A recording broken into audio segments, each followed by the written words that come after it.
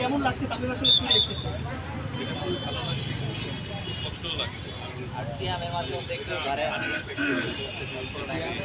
এরকম একটা মানুষের সাথে সারা হেল্প করে গেছে এবং ও যে কত হেল্প করে মানুষকে এটা কখনো আপনারা জানেনও না, জানতেও পারবেন ওইরকম একটা মানুষ আমাদের ফিরে এসছে। ওর কারণে যে কত মানুষের হেল্প হবে, কত মানুষের ভালো হবে, সেটা আমরা যারা খুব কাছের আমরা জানি।